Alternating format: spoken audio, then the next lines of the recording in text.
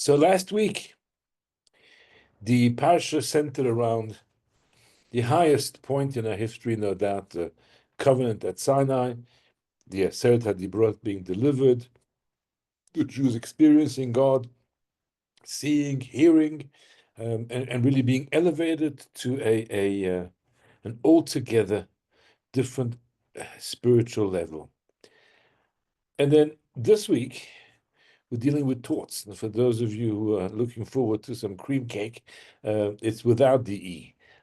So that's TORTS, which are damages and the law surrounding it. We're dealing with one who wants to get damages from his neighbor because his ox came out and caused damages, or he had, left a public danger like an unfenced swimming pool or a pit that he had dug in a public domain and an animal fell in. Those are the laws that we're dealing with, beginning with laws of slavery and indentured servants and so forth. So we kind of go from something which is sublimely divine to something which is very, very everyday, earthly, financial disputes, fighting in court. And it really seems to be a huge sort of gap, uh, uh, chasm between them. How do we get from one to the other? And this is the real challenge, is that the introductory to this week's parsha, that's I think chapter 21, verse 1, begins Ve'ele hamishpatim. Oh, in English, they've left something crucial out in this translation, because we have a vav there. We have a vav at the beginning. This letter here means "and these are." Now, I suppose whoever translated this followed the rules we learned could be back in primary school, right? That you don't begin a sentence with the word "and." But the Torah does this. It says "ve'ele hamishpatim." And very clearly, that links with the previous parasha with this one, with that conjunction. Otherwise, we would omit that vav, and it would be Eila Mishpatim, which is these are the rules. But that's not what it says here. I should have checked my translation before I put the slide up. It's and these are the rules, which is kind of linking the portion Yitro with the current portion and saying there's a link between them, and that is in Rashi, which is always referred to for some reason as the quintessential commentary on the Torah, whatever quintessential means, but he's always referred to Rashi, the quintessential commentator on the Torah, and I'll tell you in a moment why I'm saying this. So he says that the word Eiler, that would have been these are, that would kind of open a new portion. But that's not what we have. We have the word the Eiler, and that kind of connects as if it forms a continuation, and these are the judgment. And that's creating a link between the first set of commandments that were given at Sinai and these also who were given at Sinai. In other words, Rashi says the link is that the contents of Mishpatim and the contents um, of Yitro, there's a common factor. That's what they're linked with, that conjunction. It's all divine. It's all from God. Would we think otherwise? Well, I don't know. How often I hear, and some of you may have had the occasion to read my newsletter article this past Shabbos in a shul newsletter, but people who kind of say, "Oh, the Ten Commandments, that is that I observe." 613, that's beyond me. So somehow they asserted they brought up put on the pedestal as more important than the others because they were at the covenant, they were at Sinai because we heard them directly from Hashem, whatever the case may be. So it's important to link them. In my little article, excuse the repetition for those who have read it, there's a controversy whether to stand for the asset that they brought or not. And although the prevailing practice is we all rise. But many argue that this is wrong because it's kind of making that part of the Torah more important. Likewise, there was a huge controversy about whether it formed part of Hasidah, of our canon, whether it's going to be part of the liturgy. And there was a strong view that it's got to be said every single day. If you look at the art school Siddur, in the newer editions, is an appendix, and it lists them. It's not part of the davening. And the reason is because there was a huge campaign to say, no, that's wrong, because if you include that in davening, you're kind of saying this is more important than other portions of the Torah, and therefore, look, I mean, the Shema is not davening, but that's but divine edict. It says, you shall say these words morning and evening. So we've got to say them. But the certainty brought there's no instruction, there's no commandment. You've got to say them. So it was left out. So that conjunction creates a very important link between the covenant at Sinai, the Aseret HaDibrot, and the mitzvot that seem not to be so sublime, but more earthly. It's all divine at Mount Sinai. The entire Torah, all the commandments were given. In fact, we're told that everything is included in the Aseret HaDibrot. And there's a fascinating poem by Sadia Goen. It's called the Azharot. It's a list of 613 commandments, but he actually kind of takes them all and puts them as subcategories within the 10 rubrics of the 10 commandments. It's fascinating reading. I only got to the first two this afternoon, and then I didn't have time to read all 613, but they're all included in that lengthy listing of the mitzvot. There was a custom way back, maybe. Don't know if it's still done by any communities, to read the 10 Commandments, to read the 613 Commandments on Shavuot. And maybe that's precisely why it was being done, so that, it's not just the 10 Commandments, but all 613. And Sadia Gaon composed this poem in which he actually put them under the 10 headings to show us that in the 10, sort of big 10, were all on 613 included there. We told that the entire Torah was given at Sinai, and there's many ways that this is kind of cut up, but the first two commandments, Anochi lo yelecha, the one is the obligation to believe in God, the other one is not to worship idols, and we told that all of the obligations of the Torah, the positive commandments, are included in that first one.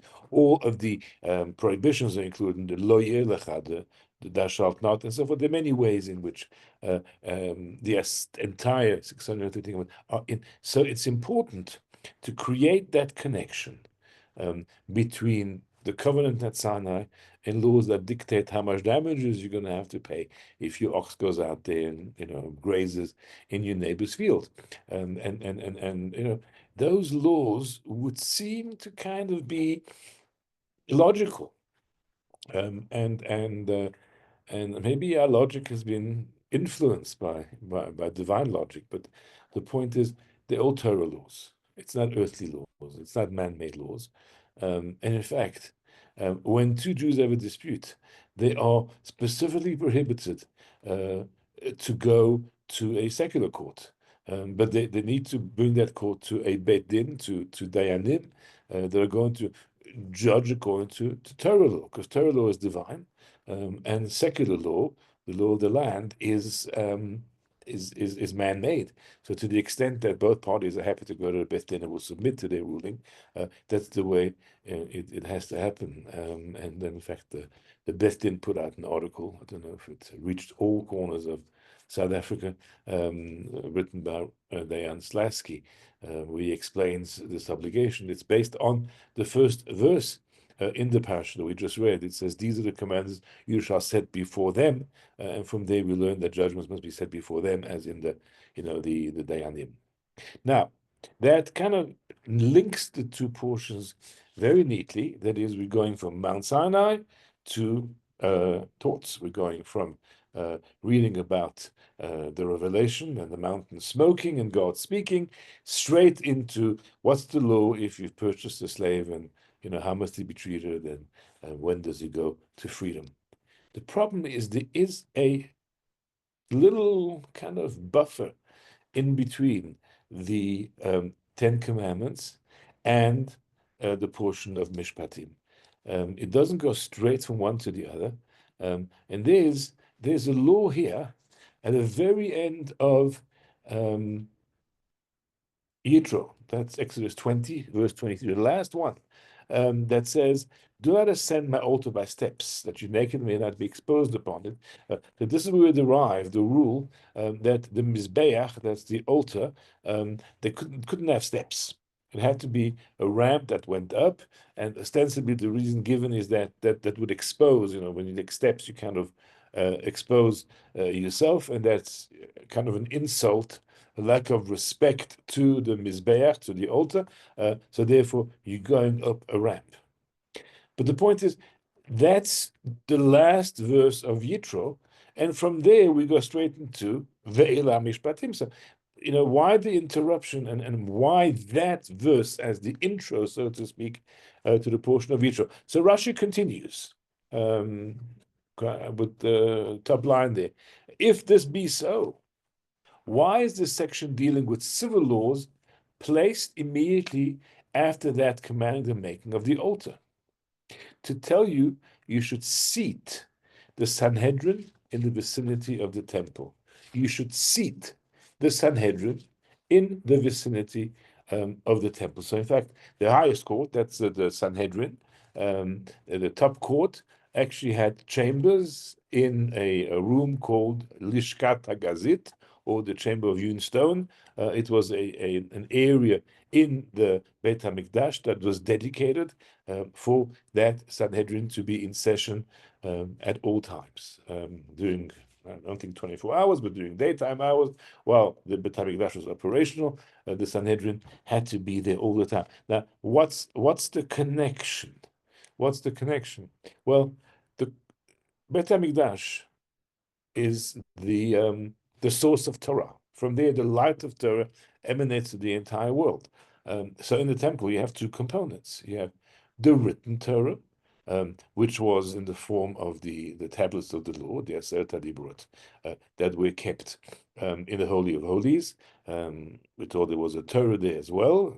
There was either space inside the ark, or there was a shelf that jutted out from the Holy Ark, and the Torah was kept. So that's the written law. And at the same time, the Sanhedrin are the final arbiters on the oral law, which was transmitted, orally until almost the destruction of the Second Temple, when this was all codified and written down, and where uncertainty or lack of clarity happened, then laws had to be taken to clarity had to be sought from the Sanhedrin, so they would go there. So we have the source of the written law, which is the text of the Torah, and the oral law, which is transmitted orally by way of the Sanhedrin, and they've got to be together. They are in one place, because that's where the light of Torah emanates from. But it goes deeper than that. It goes deeper than that, because what is the purpose of the Mizbeach, the altar? What's the function of the Sanhedrin, the court? So the Mizbeach, we are told, is there to bring peace between us humans and Hashem. So we've messed up sometimes. We've done things that are, upset Hashem, and have created a bit of a rift in our relationship. What happens then? We bring a sin offering, or a burnt offering, or a gift offering, or a Thanksgiving offering, and that heals the rift. So the Mizbeach is there, Lasot Shalom, to create peace between us humans and Hashem. The Sanhedrin had the function of creating peace in the world.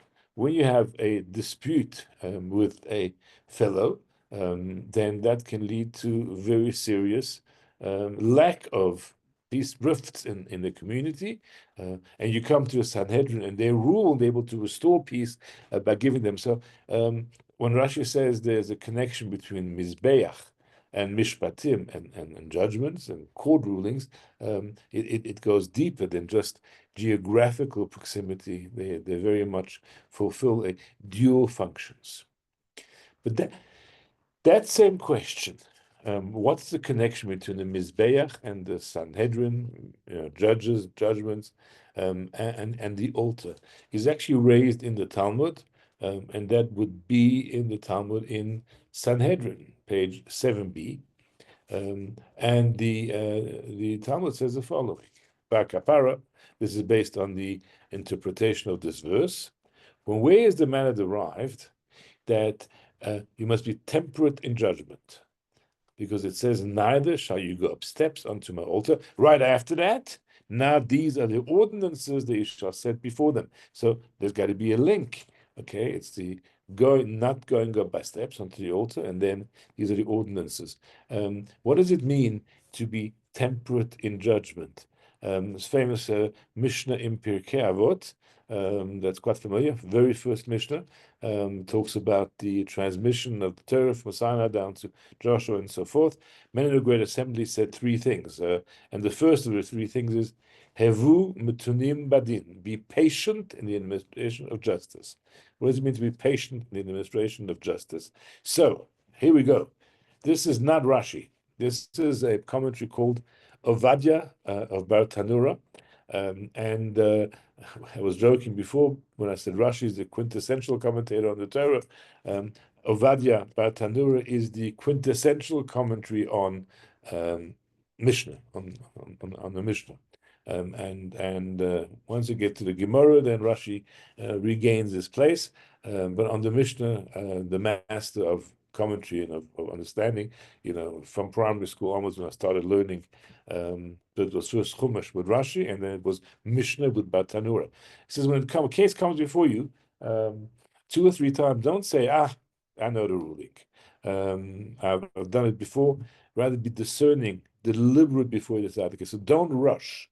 Take your time. Not just be patient, but don't rush. Be discerning. That's Bar Tanura's interpretation of this verse. Rambam also writes a commentary on Mishnah, which says, take your time. Delay reaching a verdict, and don't do it quickly. It's always possible new matters will be revealed, new insights. If you rush, then you may give an incorrect decision or ruling, and therefore it's crucial that you take your time in delivering this. So this is how the Gemara in Sanhedrin explains to us the juxtaposition between the ramp, the lack of steps. When you have steps in a hurry, we all know we can run up steps, 2 by 2 or 3 by 3.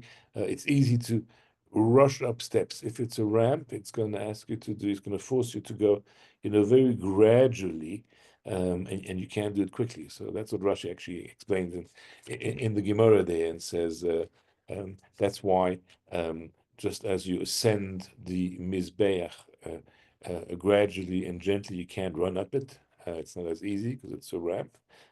I know at Shul we installed a ramp for easier access for people who struggle with steps. And so the one bathroom at the Shul now is only accessible via a ramp. I got into a lot of trouble. Some of the older people, this goes back at least 20 years, and some of the people who I thought of older, but they probably were the age I'm now, and they said, no, when you have poor knees, then ramps are much more difficult to negotiate, the steps much easier. So little do I know, or did I know? No, thank God, I don't know yet. I can manage a ramp without difficulty. So it's not so easy to go on a ramp. Steps are easy to go quickly. That's the idea of be deliberate in judgment. Don't rush. Why do we rush in delivering judgment? Why do we rush in delivering judgment? Well, perhaps I should share with you another statement made in the Talmud there in Sanhedrin, because Sanhedrin continues with the following. Based on the same verse, Eliezer says, from where is it derived that a judge may not step over the heads of the sacred nation? Okay, so what happens is that the congregation, are sitting on the floor, And if he walks in after everyone's seated, and then he's walking past, it kind of gives the impression of superiority, of walking over their heads. So what should he do? Well, he should either, come there first and wait, or there's got to be a side, access so you can come in without, appear to be stepping over. And Rabbi Eliezer says this is derived from that same juxtaposition. Now they shall go up by steps. Okay, and the Hebrew word is ma'alot al mizbechi. Ma'ala means superiority. So that's the introduction to the civil laws and the court and regulations. Now, these are the ordinances. This indicates that the prohibition against ascending upon steps applies to judges, meaning don't rise yourself above your community or be humble. Now, these two interpretations of that same juxtaposition, the first statement in the Talmud and this latter statement, are very intricately linked. What causes a judge to be hasty in judgment? Unfortunately, it's not just judges. It's in all matters that are brought before us, and it's pure arrogance. It's a lack of humility. When you ask the question and you answer off the bat, it's kind of showing off a mastery of of